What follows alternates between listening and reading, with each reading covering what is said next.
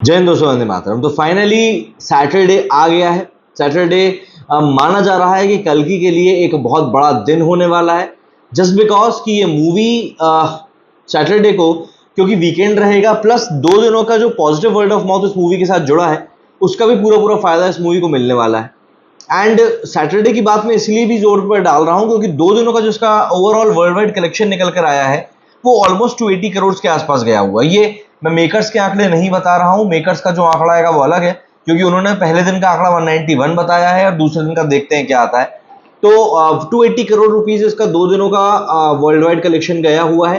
And apart from that तीसरे दिन उम्मीद की जा रही है कि ये मूवी 100 करोड़ के प्लस में ही कमाई करेगी। बट कल्कि के साथ में प्रॉब्लम ये है कि अभी तक जितनी एक्सपेक्टेशंस इससे करी गई हैं ये उससे नीचे ही रही है। हालांकि बहुत नीचे नहीं रही है, बट क्लियरली थोड़ा सा डिफरेंस आया है। जैसे ओपनिंग डे को लेकर हम लोगों ने एक्सपेक्टेशंस लगाए थे कि 200 करोड़ टच करेगी, बट वो कर नहीं पाई। And the main reason was कि इंडिया वर्सेस इंग्लैंड का सेमीफाइनल था। इसके अलावा अगर मैं आज की बात करूं तो आज भी कुछ ऐसा ही हो सकता है। एक्सपेक्टेशंस लगाई जा रही है कि मूवी 100 करोड़ से ज्यादा आज कमाएगी सैटरडे को। बट आज क्योंकि इंडिया का फाइनल है साउथ अफ्रीका के साथ में T20 वर्ल्ड कप का, तो ऑब्वियसली बात है इवनिंग शोज को एक बहुत बड़ा झटका लगेगा और उसका असर होगा। तो अगर ये मूवी सैटरडे को 100 करोड़ से कम भी कमाती है तो कोई बहुत ज्यादा बड़ी बात नहीं है। बट हमें ये नहीं भूलना चाहिए कि संडे इसके बाद में आएगा और संडे अगर इंडिया जीतती है तो लोग खुशी में जाएंगे, अगर इंडिया हारती है तो ऑब्वियसली बात है लोग अपना गम हल्का करने के लिए भी आउटिंग के लिए निकलेंगे। तो संडे मेरे हिसाब से कल्कि के लिए सबसे बड़ा दिन रहने वाला है। पहले 2 दिनों की जो कमाई निकलकर सामने आई है वो आप कह सकते हैं कि थोड़ी सी 10% बिलो एक्सपेक्टेशंस रही है, बट बहुत ज्यादा बड़ा अंतर नहीं आया है। प्रभास का जो स्टारडम है, प्रभास की जो पावर है, पब्लिक को थिएटर तक लाने की जो उनकी पावर है, उसने बताया है कि प्रभास वाकई में एक मेगास्टार हैं। पहले दिन के लिए 2 मिलियन टिकट एडवांस बुकिंग में बिक जाना ये अपने आप में एक बहुत बड़ा अचीवमेंट होता है। तो हम इन चीजों को मतलब इग्नोर तो नहीं कर सकते कहीं से कहीं तक भी।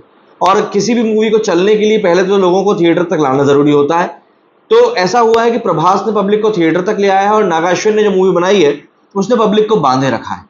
इन दोनों के डेडली कॉम्बिनेशन और बीच में अमिताभ बच्चन की करिज्माटिक परफॉर्मेंस जो निकलकर सामने आई है अश्वत्थामा बनकर, उसने तो मतलब 4 चांद लगा दिए यार। एक से बढ़कर एक जो भी एक्शन सीन्स यहाँ पर अमिताभ जी से कराए जा सकते थे वो सारे सीन्स उन्होंने किए हैं। एंड अश्वत्थामा के किरदार में जब आप अमिताभ जी को देखेंगे तब आपको एक पॉइंट के लिए भी ऐसा नहीं लगेगा कि यार there can be somebody else who can play Ashwatthama better than Amitabh Bachchan. Literally आपके जहन में यही सवाल आएगा। तो ऐसे में अगर हम लोग तीसरे दिन की बात करें तो तीसरे दिन का अभी तक एक्सपेक्टेड डेटा निकलकर सामने आया है। और अगर मैं बात करूं आपसे क्लियर तौर पर कि अभी क्या इसकी स्थिति है, तो मेन दिक्कत है इंडिया का जो आज फाइनल होने वाला साउथ अफ्रीका के साथ वही। चलिए सबसे पहले अगर हम लोग बात करें इसकी जरा कलेक्शन के बारे में, तो पहले दिन का जिसका कलेक्शन रहा था वो 95.3 करोड़ के आसपास रहा था, जिसमें से कि तेलुगु का कलेक्शन 65 करोड़ था, तमिल का 4.5 था, हिंदी का 22.5 था, कन्नड़ का 30 लाख था और मलयालम का 2.2 करोड़ था। दूसरे दिन का इसका कलेक्शन गया 54 करोड़।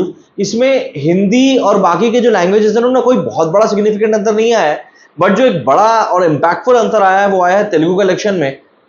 जहां पहले दिन तेलुगु में 66 करोड़ का कलेक्शन हुआ था, तो वहीं दूसरे दिन तेलुगु में 25 करोड़ का कलेक्शन हुआ है। एंड ये एक मेजर डिफरेंस क्रिएट कर रहा है। मतलब ये करीब आप मान के चलिए 40 करोड़ का अंतर है और 54 करोड़ का जो कलेक्शन हुआ है उसमें अगर आप 40 करोड़ जोड़ते हो तो 94 करोड़ ही होता है। मतलब पहले और दूसरे दिन में जो सबसे बड़ा एक अंतर देखने के लिए मिल रहा है वो कहीं ना कहीं सिर्फ तेलुगु सिनेमा से ही क्रिएट हो चुका है। अब ऐसे में अगर हम लोग तीसरे दिन की बात करें, दूसरे दिन 54 करोड़ का कलेक्शन हुआ है, एंड अगर हम तीसरे दिन की बात करें तो तीसरे दिन इसके एक्सपेक्टेशंस बताई जा रही हैं 100 करोड़।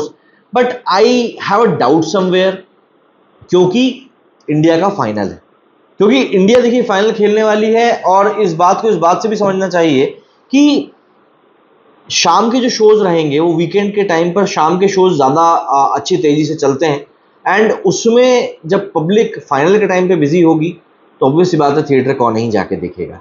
हालांकि फिर भी लोग जाएंगे, क्योंकि ऐसा नहीं है कि पूरी पब्लिक क्रिकेट के ऊपर मरती है, बट स्टिल एक मेजर डिफरेंस तो देखिए आ ही जाता है। हमको इस बात को समझना पड़ेगा।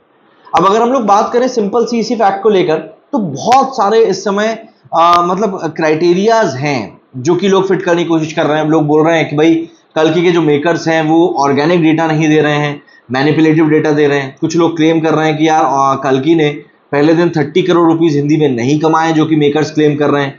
बल्कि उसने, जैसे हमने भी अभी डेटा देखा, 22.5 करोड़ रुपीस कमाए हैं। मेरा कहना बस इतना ही है कि मेकर्स, मुझे नहीं लगता कि ये काम करेंगे।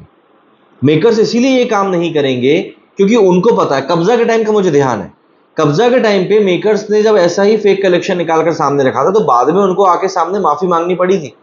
एंड कल्कि के साथ अगर उसके मेकर्स ऐसा काम करते हैं तो वो कहीं ना कहीं ब्रांड कल्कि के ऊपर खुद ही एक बदनुमा दाग सा लगा देंगे कि यार देखो कलेक्शन को लेकर इन्होंने छिचोरीपंती कर दी। तो मैं कहीं से कहीं तक इस बात में सरोकार नहीं रखता हूं कि कल्कि के मेकर्स कलेक्शन को मैनिपुलेट कर रहे हैं, क्योंकि अगर आप थिएटर जाएंगे, आप मूवी देखने वाले लोगों से पूछेंगे तो 10 में से 7 से 8 लोग आपको यही बोलेंगे कि यार मूवी अच्छी थी, पॉजिटिव रिस्पॉन्स ही देंगे मूवी को लेकर।